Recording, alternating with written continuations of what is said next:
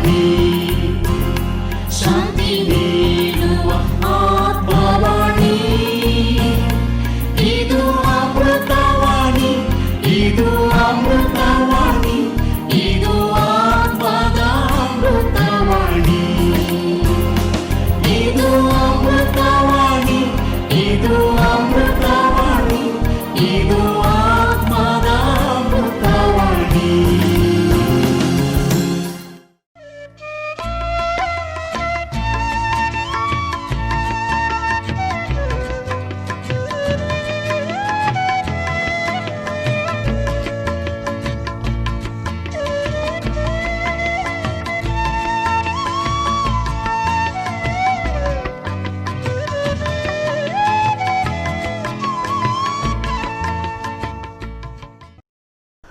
ಆತ್ಮ ಸಂತೃಪ್ತಿ ಕಾರ್ಯಕ್ರಮಗಳನ್ನು ವೀಕ್ಷಿಸುತ್ತಿರುವಂಥ ನನ್ನ ಪ್ರಿಯರೇ, ದೇವರ ವಾಕ್ಯವನ್ನು ಧ್ಯಾನ ಮಾಡುವ ಮೊದಲು ನಮ್ಮ ಶಿರಗಳನ್ನು ದೇವರ ಸನ್ನಿಧಾನದಲ್ಲಿ ಬಾಗಿಸಿ ಪ್ರಾರ್ಥನೆ ಮಾಡೋಣ.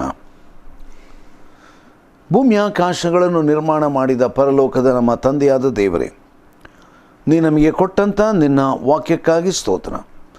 ಪರಿಶುದ್ಧಾತ್ಮನು ನಮ್ಮನ್ನು ನಡೆಸುವುದಕ್ಕಾಗಿ ಸ್ತೋತ್ರ. ದಿವಸ ನಿನ್ನ ವಾಕ್ಯವನ್ನು ತೆರೆದು ಧ್ಯಾನ ಮಾಡುವಾಗ ನಿನ್ನ ಪರಿಶುದ್ಧಾತ್ಮನು ವಾಕ್ಯದ ಸತ್ಯಗಳನ್ನು ನಮಗೆ ತಿಳಿಯಪಡಿಸುವಂತೆ ಪ್ರಾರ್ಥಿಸ್ತೇವೆ.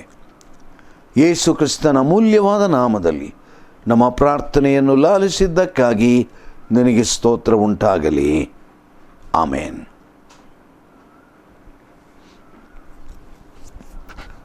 ಪ್ರಿಯರೇ, ನಾವು ಕಳೆದಂಥ ಅನೇಕ ವಾರಗಳಿಂದ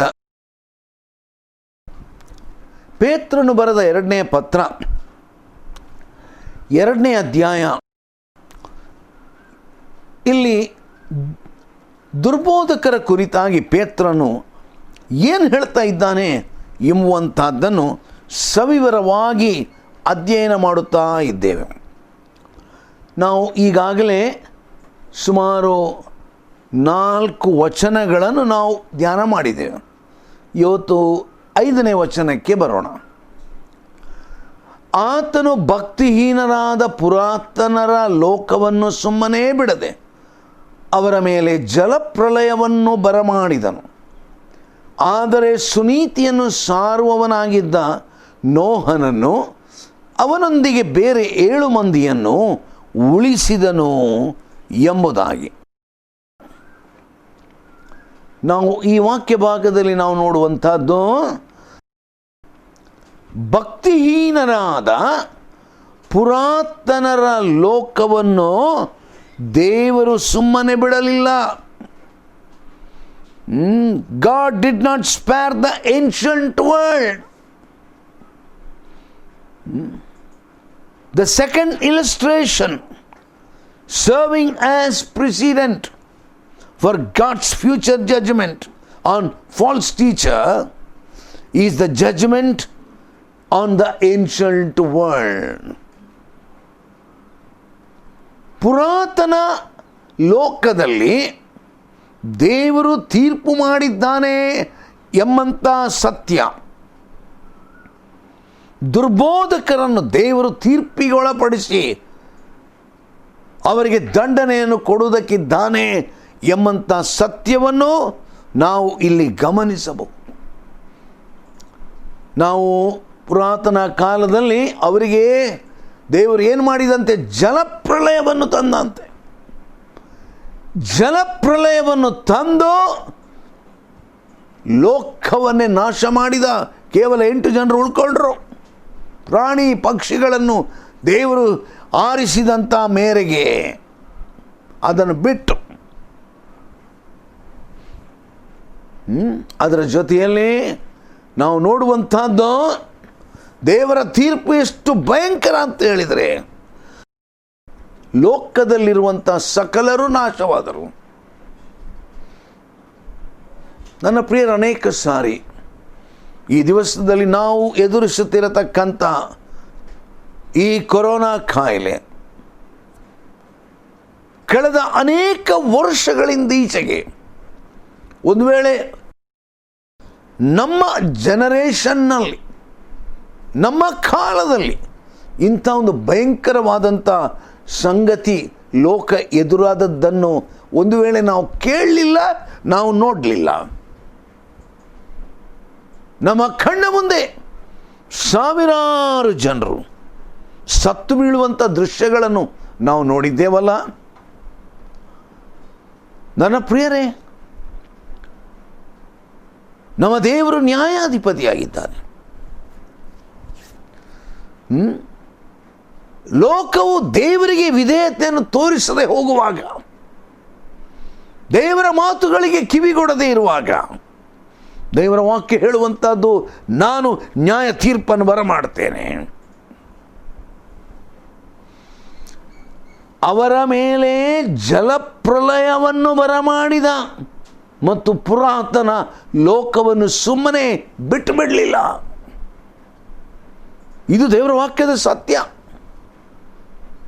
ಪುರಾತನ ಲೋಕವನ್ನು ಬಿಟ್ಟು ಬಿಡದ ದೇವರು ಈ ಹೊತ್ತಿನ ದಿವಸದಲ್ಲಿ ಒಂದು ವೇಳೆ ದೇವರು ಬಿಟ್ಟಾನ? ನೋಡ್ರಿ ನನ್ನ ಪ್ರಿಯರೇ,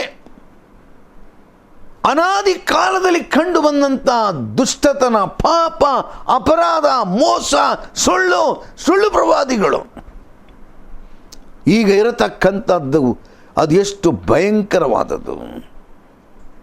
ಆದ್ದರಿಂದ ಪೇತ್ರನು ಇವರ ಉದಾಹರಣೆಯನ್ನು ತರ್ತಾ ಇದ್ದಾನೆ. That means that is a model or a pattern. ಅದೊಂದು ಮಾದರಿ ಹಾಗೆ ಉಂಟು. God sent an unmistakable message to all future generations that wickedness results in judgment. ಕೆಟ್ಟತನ ದೇವರ ನ್ಯಾಯ ತೀರ್ಪಿನಲ್ಲಿ ಅದು ಕೊನೆಗೊಳ್ಳುತ್ತದೆ ಎಂಬಂಥ ಒಂದು ಮಾದರಿಯನ್ನು ಆತನು ಹಳೆ ಒಡಂಬಡಿಕೆಯ ಕಾಲದಲ್ಲಿ ಇಟ್ಟ. ಮಾತ್ರ ಅಲ್ಲದೆ ಮುಂದನ ಜನಾಂಗಕ್ಕೆ ಎಚ್ಚರಿಕೆಯನ್ನಾಗಿ ಆತನು ಇಟ್ಟಿದ್ದಾನೆ.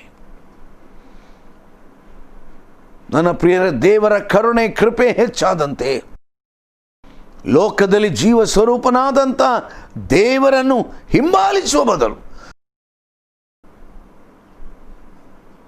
ನಾವು ಈ ಲೋಕದಲ್ಲಿ ಸುಳ್ಳು ಬೋಧಕರನ್ನು ಹಿಂಬಾಲಿಸ್ತೇವೆ, ದುಷ್ಕೃತ್ಯಗಳನ್ನು ಹಿಂಬಾಲಿಸ್ತೇವೆ. ಮತ್ತು ಈ ಸುಳ್ಳು ಬೋಧಕರು ದುಷ್ಕೃತ್ಯಗಳ ಪರವಾಗಿ ಮಾತಾಡ್ತಾರೆ. ಅಯ್ಯಯ್ಯೋ ಅದೇನಂತೆ, ಅದು ಏನು ದೊಡ್ಡ ಮಹಾದೊಡ್ಡ ಪಾಪ ಏನಲ್ವಲ್ಲ. ಎಲ್ಲಿವರೆಗೆ ನೋಡಿ, ಸರ್ಕಾರ ಕೂಡ, ನಮ್ಮ ದೇಶದ ನ್ಯಾಯಾಲಯ ಕೂಡ ಅವರು ಹೀಗೆ ಜೀವನ ಮಾಡ್ಬೋದಂತ ಹೇಳ್ತದಲ್ಲ. ವಯಸ್ಸಿಗೆ ಬಂದಂಥ ಒಬ್ಬ ಯುವತಿ, ಒಬ್ಬ ಯುವಕ, ಅವರು ತಮ್ಮ ಇಚ್ಛಾನುಸಾರವಾಗಿ ಮದುವೆಯಾಗದೆ ಜೀವನ ಮಾಡ್ಬೋದಲ್ಲ. ಅದೇನು ತಪ್ಪು? ಕಾನೂನುಬದ್ಧವಾದದ್ದು. ಅಬ್ಬಬ್ಬಬ್ಬಬ್ಬಾ, ನಮ್ಮ ತತ್ವಜ್ಞಾನ ಎಲ್ಲಿವರೆಗೆ ಬಂದಿದೆ ಇವತ್ತು? ನಾವು ಕಾನೂನಿಗೆ ಬದ್ಧರಾಗಿದ್ದೇವೆ, ದೇವರಿಗೆ ಬದ್ಧರಲ್ಲ. ನಾವು ಯಾರಿಗೆ ಬದ್ಧರು? ಕೇವಲ ಕಾನೂನಿಗೆ ಮಾತ್ರ. ಅಂದರೆ ದೇವರು ಕಾನೂನಿಗಿಂತಲೂ ಉನ್ನತವಾದಂಥ ಪರಿಶುದ್ಧನಾದ ದೇವರು ಎಂಬುದನ್ನು ಮರ್ತ ಹಾಗೆ ಉಂಟು. ಕಾನೂನನ್ನು ಮಾಡುವುದು ಯಾರ್ರಿ? ಮನುಷ್ಯ. ಆದರೆ ದೇವರು ತನ್ನ ಕಾನೂನನ್ನು ಕೊಟ್ಟಿದ್ದಾನೆ. ಮನುಷ್ಯನು ಹೆಂಗೆ ಜೀವಿಸಬೇಕು, ಯಾವ ರೀತಿಯಲ್ಲಿ ಅವನ ಜೀವನ ಇರಬೇಕು, ಅವನು ಯಾವುದನ್ನು ಮಾಡಬಾರದು ಎಂಬುದನ್ನು ಆತನು ಸ್ಪಷ್ಟವಾಗಿ ತಿಳಿಸಿದ್ದಾನೆ. ಆದರೆ ಅವರೇನು ಮಾಡ್ತಾರಂತೆ? ಅವರು ದೇವರ ಮಾತಿಗೆ ಕಿವಿಗೊಡುವುದಿಲ್ಲ. ಆದ್ದರಿಂದ 7 ಮತ್ತು 8ನೇ ವಚನ ವಾಕ್ಯ ಏನು ಹೇಳ್ತಾ ಉಂಟು ನೋಡ್ರಿ. ಆದರೆ ಆ ಅಧರ್ಮಿಗಳ ನಾಚಿಕೆ ಕೆಟ್ಟ ನಡತೆಗೆ ವೇದನೆಗೊಂಡಿದ್ದ ನೀತಿವಂತನಾದ ಲೋಟನನ್ನು ತಪ್ಪಿಸಿದ. God delivered righteous Lot. ನೀತಿವಂತನಾದ ಲೋಟನನ್ನು ದೇವರು ತಪ್ಪಿಸಿದ. ಯಾಕೆ ದೇವರು ತಪ್ಪಿಸಿದ? Why God delivered? Because Lot, he was righteous.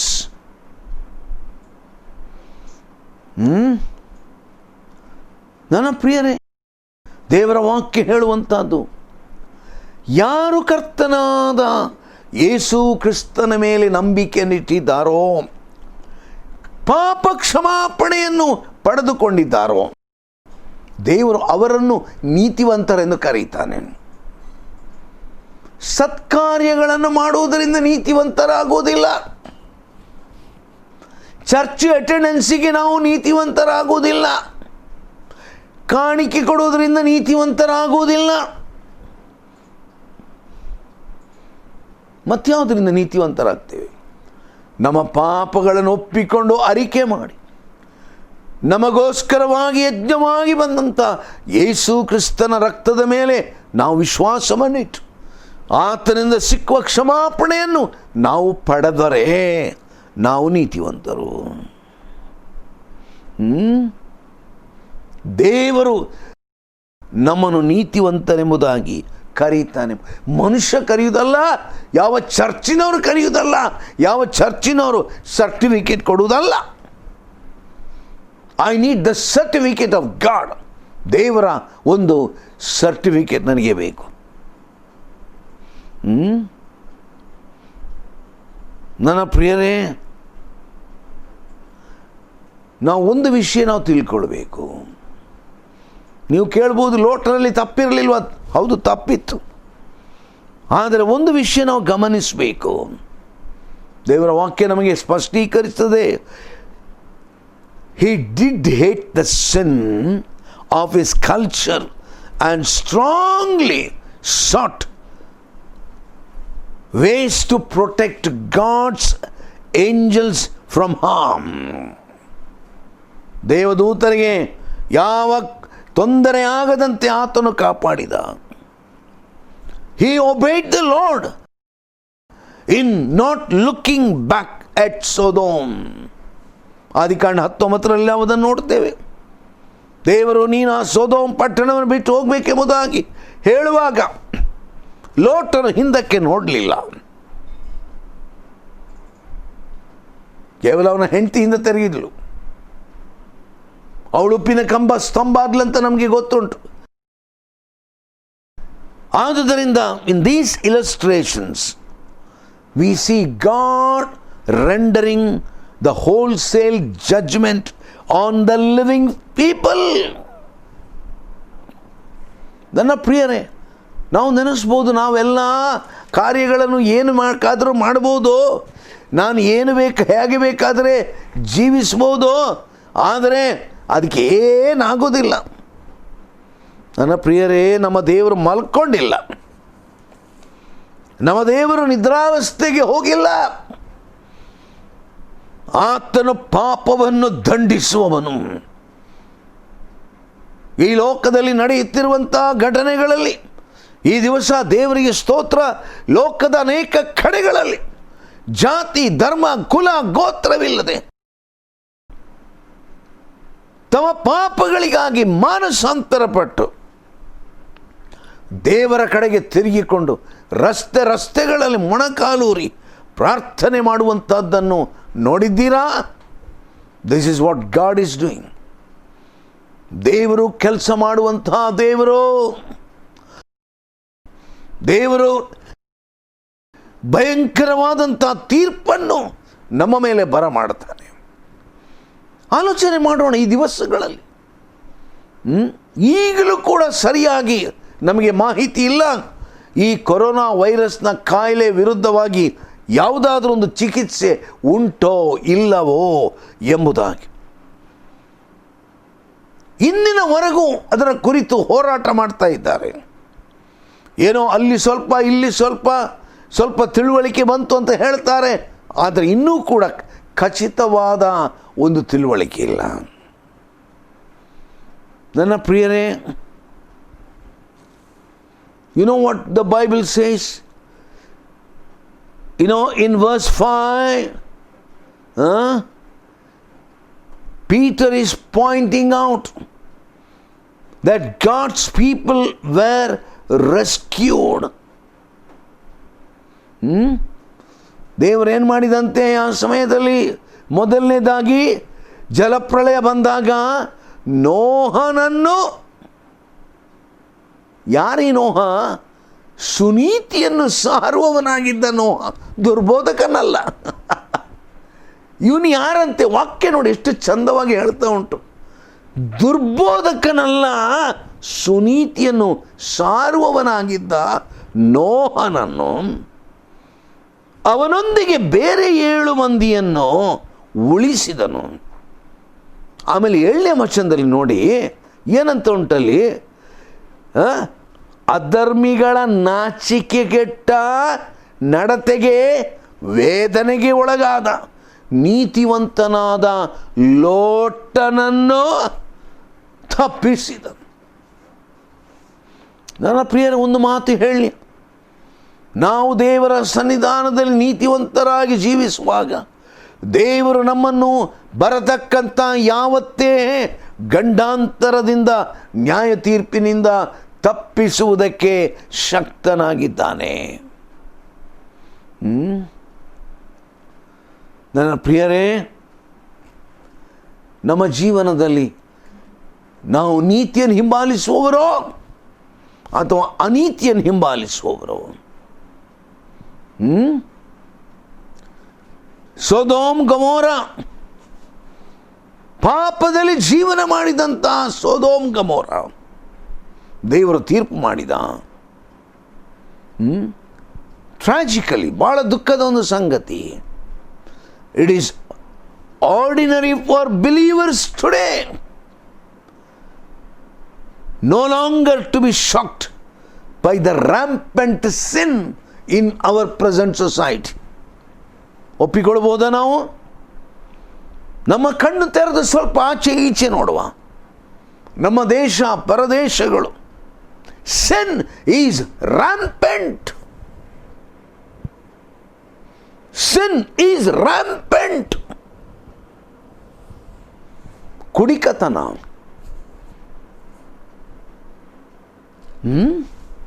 ದುಂದೌತನ. ನನ್ನ ಪ್ರಿಯರೇ, ಸ್ವಲ್ಪ ಆಲೋಚನೆ ಮಾಡ್ರಿ. ನಮ್ಮ ಪಾಪದ ಸ್ವಭಾವ ಎಷ್ಟು ಕೀಳುಮಟ್ಟಕ್ಕೆ ಹೋಗಿದೆ ಅಂದರೆ, ಈ ದಿವಸ ಜನರು ಈ ಕೊರೋನಾ ವೈರಸ್ನ ಕಾಯಿಲೆಯಲ್ಲಿ ಸರ್ಕಾರ ಹೇಳಿತು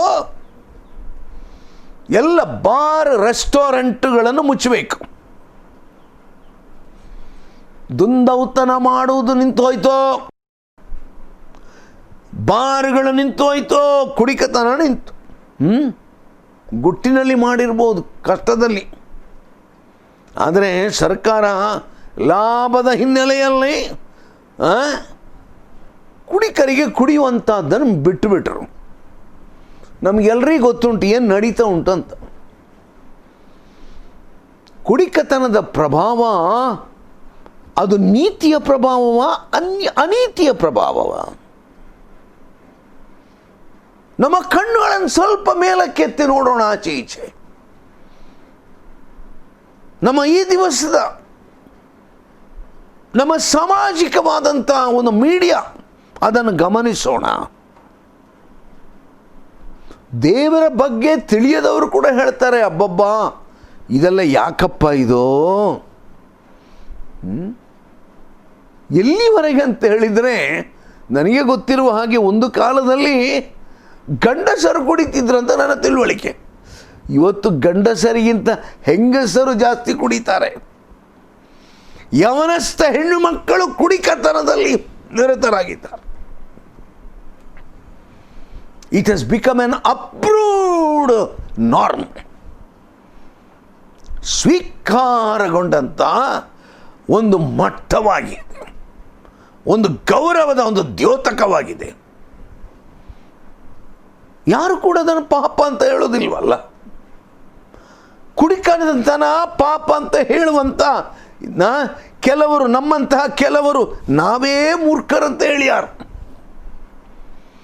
ನಾವೇ ತಪ್ಪಿತಸ್ಥರು ಅಂತ ಹೇಳಿ ಯಾರೋ.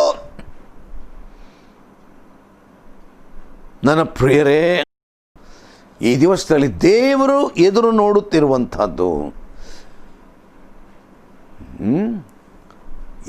ಯಾರು ಬೇಕಂತೆ ದೇವರಿಗೆ? ನೋಹನಂತಿರುವವರು ಬೇಕು, ಲೋಟನಂತಿರುವವರು. ನೋಡಿ, ಇವರಿಬ್ಬರ ವಿಷಯದಲ್ಲಿ ದೇವರ ವಾಕ್ಯ ಹೇಳುವಂಥದ್ದು 5ನೇ ವಚನದಲ್ಲಿ ದೇವರು ಹೇಳಿದ್ದು, ನೋಹನನ್ನು ಅವನೊಂದಿಗೆ ಬೇರೆ 7 ಮಂದಿಯನ್ನು ಉಳಿಸಿದ. ಆಮೇಲೆ 7ನೇ ವಚನದಲ್ಲಿ ಏನು ನೋಡ್ತೇವೆ ನಾವು? ಅಧರ್ಮಿಗಳ ನಾಚಿಕೆ ಕೆಟ್ಟ ನಡತೆಗೆ ವೇದನೆಗೊಂಡಿದ್ದ ನೀತಿವಂತನಾದ ಲೋಟನನ್ನು ತಪ್ಪಿಸಿದನು. ನನ್ನ ಪ್ರಿಯರ, ಇಂಥ ದುಷ್ಟ ಕಾರ್ಯಗಳು ಲೋಕದಲ್ಲಿ ನಡೆಯುತ್ತಿರುವಾಗ ನಿಜವಾದಂಥ ದೇವರ ಸೇವಕರು ಅವರಿಗಾಗುವಂಥ ಅನುಭವ, ನಿಜವಾದ ಅನುಭವ, ಅಧರ್ಮಿಗಳ ನಾಚಿಕೆ ಕೆಟ್ಟ ನಡತೆಗೆ ವೇದನೆ, ನಾಚಿಕೆ ಕೆಟ್ಟ ವೇದನೆಗೆ, ನಾಚಿಕೆ ಕೆಟ್ಟಂತ ಆ ಒಂದು ನಡತೆಗೆ ವೇದನೆ. ನನ್ನ ಪ್ರಿಯರೇ, ನನ್ನ ಮಾತುಗಳನ್ನು ಮುಗಿಸುವ ಮೊದಲು ಒಂದು ಪ್ರಶ್ನೆ ಕೇಳ್ತೇನೆ. ಈ ಎಲ್ಲ ಕೆಟ್ಟತನಗಳನ್ನು ನೋಡುವಾಗ ನಾನು ಒಂದು ಪ್ರಶ್ನೆ ಏನೆಂದರೆ, ಯಥಾರ್ಥವಾಗಿ ದೇವರ ಸನ್ನಿಧಾನದಲ್ಲಿ ನಾವು ನೀತಿವಂತರಾಗಿದ್ದರೆ ಇವುಗಳ ವಿಷಯ ಸಂತೋಷ ಪಡುವುದಿಲ್ಲ, ಆದರೆ ವೇದನೆ ಉಂಟಾಗ್ತದೆ. ನಮ್ಮ ಹೃದಯದಲ್ಲಿ ವೇದನೆ. ನ್ಯೂಯಾರ್ಕ್ ಪಟ್ಟಣದಲ್ಲಿ ಸಾವಿರಾರು ಜನರು ಅವರ ಹೆಣಗಳು ಬೀಳ್ತಾ ಉಂಟು. ಬಹಳ ಮುಂದುವರಿದಂಥ ದೇಶ ಯುರೋಪ್ ಖಂಡದಲ್ಲಿ, ಎಷ್ಟು ದೇಶಗಳಲ್ಲಿ ಸಾವಿರಾರು ಪ್ರಾಣಗಳು ಕೊರೋನಾ ವೈರಸ್ನಿಂದ ಅವರು ಕೆಳಗೆ ಬಿದ್ದರು. ನನ್ನ ಪ್ರಿಯರೇ, ಬಹಳ ದುಃಖದ ಒಂದು ಸಂಗತಿ ಏನೆಂದರೆ, ನಾವು ದೇವರಿಗೆ ವಿರುದ್ಧವಾಗಿ ಜೀವಿಸುವಾಗ ಅದಕ್ಕೆ ಬರತಕ್ಕಂಥ ಶಾಪ, ಕೋಪ, ಅದನ್ನು ನಾವು ಅನುಭವಿಸ್ತೇವೆ. But the sad thing is, ಅವರ ಜೊತೆಯಲ್ಲಿ ನೀತಿವಂತರಾಗಿರುವಂಥ ಅವರ ಪಕ್ಕದವರು ಅವರು ಅನೇಕ ಸಾರಿ ಅದಕ್ಕೆ ಒಳಗಾಗುವುದುಂಟು. ನನ್ನ ಪ್ರಿಯರೇ, ಎಂಥ ಒಂದು ಗಂಡಾಂತರದ ಒಂದು ಸಂಗತಿ. ಆದುದರಿಂದ ದೇವರ ವಾಕ್ಯ ಕೊಡತಕ್ಕಂಥ ಎಚ್ಚರಿಕೆ ಯಾವುದದು? ಬರತಕ್ಕಂಥ ನ್ಯಾಯ ತೀರ್ಪು. ನಿನ್ನ ಮುಂದೆ ಒಂದು ನ್ಯಾಯ ತೀರ್ಪು ಉಂಟು. ದೇವರು ನ್ಯಾಯವಂತನು, ಆತನು ನ್ಯಾಯವಾಗಿಯೇ ತೀರ್ಪು ಮಾಡ್ತಾನೆ. ಇವತ್ತಿನ ದಿವಸ ಆ ನ್ಯಾಯ ನನಗೆ ಸಿಕ್ಕದಿರ್ಬೋದು. ಈ ವಾಕ್ಯ ಬೋಧಿಸುವಂಥ ನನ್ನನ್ನು ಒಂದು ವೇಳೆ ಜನರು ಸ್ವೀಕಾರ ಮಾಡದಿರ್ಬೋದು. ಇನ್ನು ಕೆಲವರು ಹೇಳ್ಬೋದು, ಅಲ್ರಿ ಅವರು ಅದನ್ನೆಲ್ಲ ಮಾತಾಡ್ತಾರಲ್ಲ, ನಮಗೆಲ್ಲ ಭಾಳ ನೋವಾಗ್ತದೆ. ನನ್ನ ಪ್ರಿಯರೇ, ಪಾಪದ ವಿರುದ್ಧವಾಗಿ ಮಾತಾಡುವಾಗ ಅದು ನಮಗೆ ನೋವನ್ನುಂಟು ಮಾಡುತ್ತದೆ. ಯಾಕೆ? ನೋಡ್ರಿ, ನಾವು ನಿಜವಾಗಿ ನೀತಿವಂತರಾದರೆ ಸತ್ಯವೇದ ಹೇಳುವಂಥದ್ದು, ನಾವು ಅಧರ್ಮಿಗಳ ನಾಚಿಕೆಗೆಟ್ಟ ಆ ನಡತೆಗೆ ವೇದನೆಗೊಳ್ಳುತ್ತೇವೆ. ನನ್ನ ಮಾತುಗಳನ್ನು ನಿಲ್ಲಿಸ್ತೇನೆ. ಪ್ರಿಯರೇ, ಪ್ರಾರ್ಥನೆ ಮಾಡೋಣ. ಭೂಮಿ ಆಕಾಶಗಳ ನಿರ್ಮಾಣ ಮಾಡಿದ ಪರಲೋಕದ ತಂದೆಯಾದ ದೇವರೇ, ನಿನ್ನ ವಾಕ್ಯ ಗಂಭೀರವಾದಂಥ ಸತ್ಯ. ಹೌದು, ಅನಾದಿ ಕಾಲದಲ್ಲಿ ನೀನು ಬರಮಾಡಿದಂಥ ತೀರ್ಪು ನೋಹನ ಕಾಲದಲ್ಲಿ ಮತ್ತು ಲೋಟನ ದಿವಸಗಳಲ್ಲಿ ನೀನು ಅವರನ್ನು ಅದ್ಭುತವಾಗಿ ಕಾಪಾಡಿದಿ. ನೀನು ನಂಬಿಗಸ್ತನಾದಂಥ ದೇವರು.